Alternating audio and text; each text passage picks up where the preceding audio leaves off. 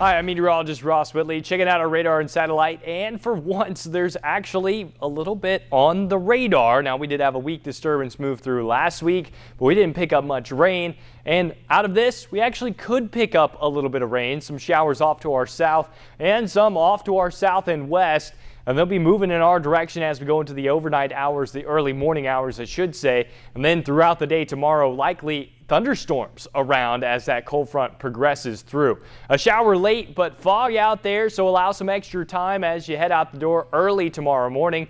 57 degrees is where we drop down to, not nearly as cold as it has been with the temperatures getting down into the 30s.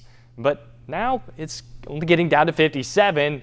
Don't get used to it because we're going to get quite cold rather quickly. For the day tomorrow, showers in and maybe even a heavier thunderstorm. Not expecting severe weather at this time, but you could get a pretty substantial downpour. I think we'll pick up anywhere between 1/4 to 3/4 of an inch of rain tomorrow with this cold front passing through, and then the cloud cover remaining throughout the afternoon. For the day on Wednesday, we stay cloudy and much cooler. Temperatures likely only getting to where our overnight lows tonight will be, except we're going to have dry air in place, so it's going to feel much worse. That mild air out in front of this cold front not going to last. Colder air just behind the cold front. Showers and storms moving in our direction even as we speak, but they'll be moving through for the day tomorrow. This will continue to press off to the south and east. And to tell you the extent of this cold front, likely that this thing goes all the way through the peninsula of Florida.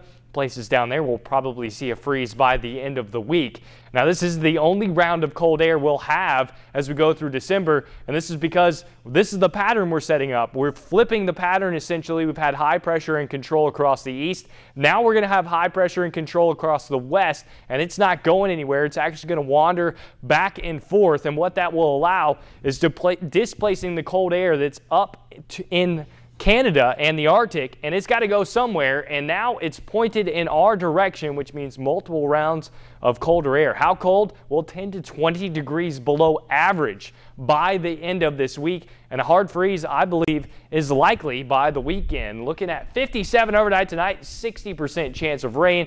For the day tomorrow, 60% chance of rain again. 71 our daytime high. Some heavier thunderstorms possible as well, and our extended forecast not too kind to those that don't like the cooler weather.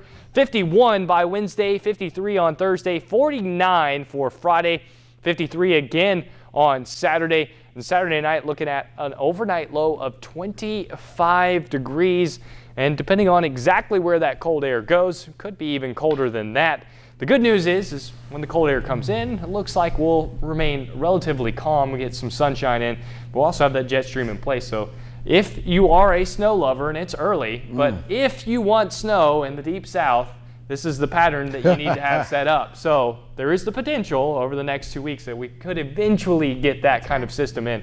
Nothing in the works right now, but this is the pattern you'd want to see. Thanks a lot. Or you wouldn't want to see if you Or you wouldn't if you're but it's here regardless. That's right. Thanks, Ross.